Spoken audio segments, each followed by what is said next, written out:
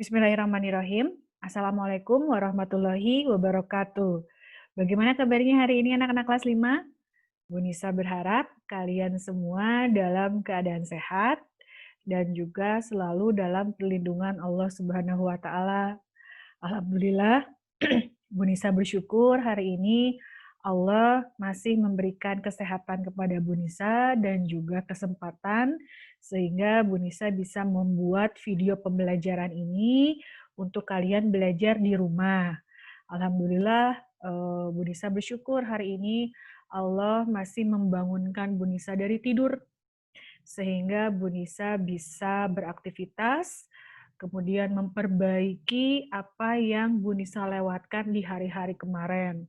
Kalau misalkan hari-hari kemarin Bu Nisa masih melakukan kesalahan, masih ada beberapa yang terlewatkan, berarti Bu Nisa bersyukur sekali Allah memberikan kesempatan kepada Bu Nisa untuk bisa memperbaiki diri. Ya. Kalau kalian bagaimana di rumah? Sudahkah kalian bersyukur hari ini? Mudah-mudahan sudah ya. Ingat selalu bersyukur atas apapun yang Allah berikan kepada kita. Insya Allah itu adalah ketentuan Allah yang terbaik. Dan sesuai dengan janji Allah, ketika kita bersyukur, maka Allah akan menambah nikmatnya. Sebelum kita mulai pembelajaran, yuk kita baca doa syukurnya bersama-sama. Sikap berdoa. Bismillahirrahmanirrahim. Robbi auzidni an ashkuro nikmatakalati an amta alayya wa ala walidayya wa an a'mala solihan tardohu wa aslihli fi dzurriyyati inni tubtu ilaika wa inni minal muslimin. Amin ya robbal alamin. Dan jangan lupa untuk selalu berdoa juga. Mudah-mudahan pandemik ini segera berakhir sehingga kita bisa berangkat lagi ke sekolah, bertemu di sekolah, belajar dan bermain bersama seperti biasa. Dan mudah-mudahan semua diberikan kesehatan.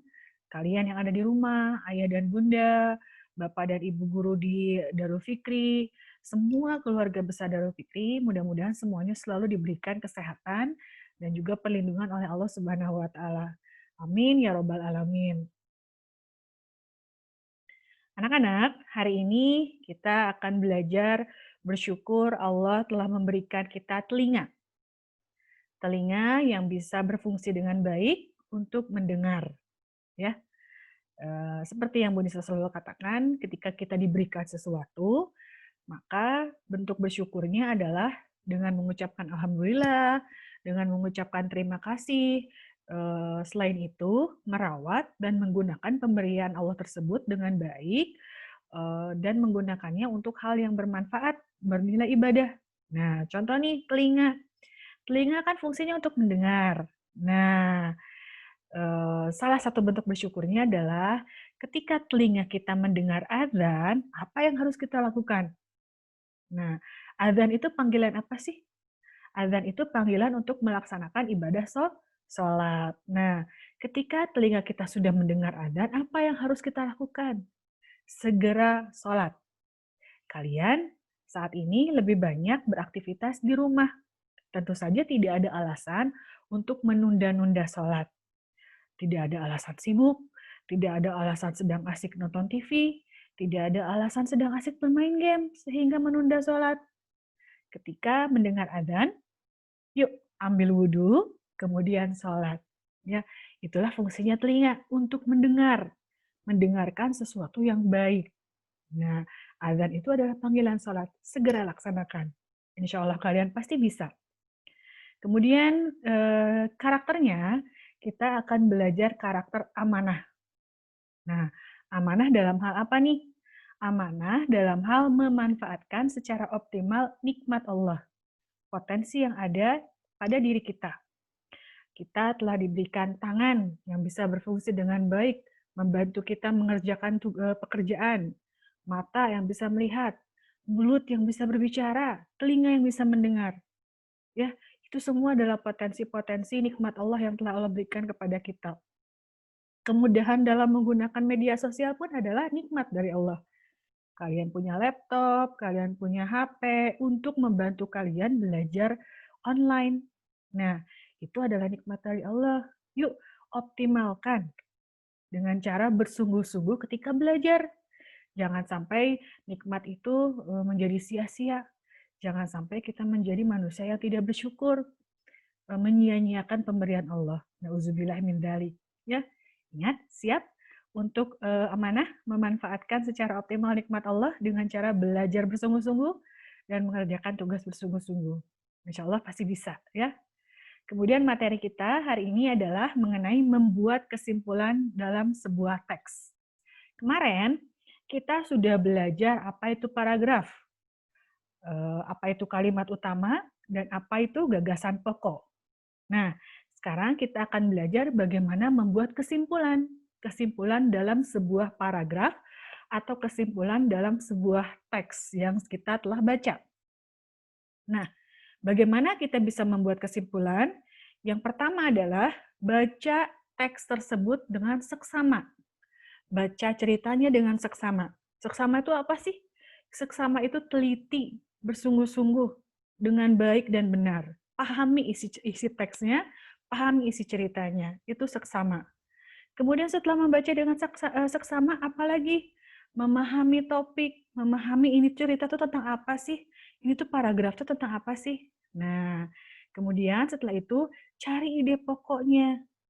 Nah, kemarin Bu Nisa setelah menjelaskan bahwa ide pokok itu tidak berbentuk kalimat, tetapi berbentuk poin-poin penting yang ada dalam teks. Kemudian mencatat informasi penting dalam teks tersebut. Nah, itulah bagaimana cara kita mendapatkan sebuah kesimpulan dari sebuah teks yang telah kita baca. Ya, ada membaca dengan seksama, memahami topik, menemukan ide pokok setiap paragrafnya, kemudian mencatat informasi penting dalam teks. Baru kita bisa mendapatkan kesimpulan. Oke, Bu Nisa di sini punya sebuah teks nih, teks 1. Bu Nisa baca ya. Wayang bambu merupakan salah satu jenis kesenian yang cukup terkenal. Kesenian ini cukup wayang bambu merupakan salah satu jenis kesenian yang cukup langka. Kesenian ini berkembang di daerah Bogor, tepatnya di Kampung Cijahe, Jawa Barat. Kesenian wayang bambu ini awalnya dikembangkan oleh Ki Drajat yang merupakan pembuat sekaligus dalang wayang bambu. Sesuai namanya, wayang bambu terbuat dari bambu, khususnya bagian dalam bambu. Nah, kira-kira mana kalimat utamanya dulu nih? Masih ingat kan apa yang disebut dengan kalimat utama? Mana kalimat utamanya? Oke, kalimat utamanya dan gagasan pokoknya adalah wayang bambu merupakan salah satu jenis kesenian yang cukup langka. Itu kalimat utamanya berada di awal paragraf disebut deduktif. Ide pokoknya mengenai wayang bambu, kesenian yang langka. Kemudian, apa kesimpulannya? Tadi kita sudah baca bersama-sama. Ceritanya, isi teksnya tentang apa? Coba, kira-kira apa kesimpulannya? Nah, kesimpulannya adalah kesenian wayang bambu merupakan salah satu kesenian tradisional yang berasal dari Jawa Barat yang cukup langka sehingga perlu dilestarikan. Kalau yang langka itu tentu saja harus dilestarikan, ya. Yang terancam punah, yang langka itu harus dilestarikan. Nah, begitulah bagaimana cara membuat kesimpulan. Yang pertama, baca dulu teksnya dengan seksama, dengan teliti, kemudian cari kalimat utamanya, cari gagasan pokoknya, kemudian yang ketiga, pahami isinya, dan yang keempat, cari poin-poin pentingnya, baru kita bisa membuat kesimpulan. Oke anak-anak, ada yang mau ditanyakan? Kalau ada silahkan WA Bu Nisa ya. Sekarang Bu Nisa meminta kalian untuk mengerjakan latihan soal ini nih. Nah, di sini ada 2 buah teks. Teks yang kedua dan teks yang ketiga. Teks yang kedua mengenai angklung, teks yang ketiga mengenai cara mendaur ulang. Nah, silakan kalian baca dengan seksama 2 teks ini, kemudian buat kesimpulannya.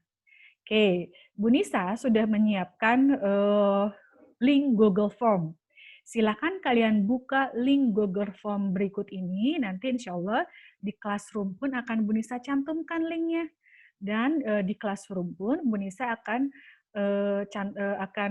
upload PowerPoint dari materi ini sehingga kalian bisa buka dan kalian baca kembali. Ya, jangan lupa tugas kalian adalah untuk mencari, menuliskan kesimpulan dari teks 2 dan 3. Silakan buka link Google Form yang ini. Yang ini silakan dibuka, diisi, kemudian disubmit. Oke anak-anak? Kalau ada yang mau ditanyakan, boleh WA Bu Nisa atau komen di kolom komen di Classroom. Nah, anak-anak, alhamdulillah itu saja materi kita hari ini. Alhamdulillah kita sudah belajar bersyukur Allah memberikan kita telinga. Ingat, fungsi telinga adalah untuk mendengarkan. Ketika kita mendengar adzan, apa yang harus kita lakukan? Segera wudhu dan segera sholat. Jangan menunda-nunda. Apalagi kita sekarang lebih banyak beraktivitas di rumah. Salah satu hikmah dari pandemik ini adalah kita beraktivitas di rumah, sehingga sudah tidak ada alasan lagi untuk menunda-nunda sholat. Ketika mendengar adzan, segera ambil wudhu, segera sholat. Kemudian karakternya adalah amanah. Amanah dalam optimal menggunakan pemberian Allah. Allah sudah memberikan kita kemudahan berupa media yang kita miliki. Ada kita punya laptop, kita punya HP, punya jaringan internet yang baik. Kemudian Allah memberikan kita kesempurnaan, panca indera yang bisa digunakan dengan baik. Lantas apa yang membuat kita malas-malasan untuk belajar? Ya, belajarlah dengan sungguh-sungguh, kerjakan tugas dengan sungguh-sungguh walaupun kita tidak bisa bertatap muka. Materi kita hari ini adalah bagaimana kalian membuat kesimpulan.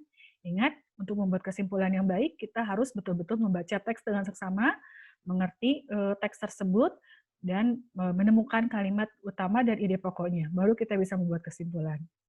Anak-anak, itu saja yang bisa Bu Nisa share hari ini. Kita ucapkan alhamdulillahirrabbilalamin, astagfirullahaladzim, astagfirullahaladzim, astagfirullahaladzim. Subhanakallahumma wa bihamdika asyhadu alla ilaha illa anta astagfiruka wa atubu ilaik. Assalamualaikum warahmatullahi wabarakatuh.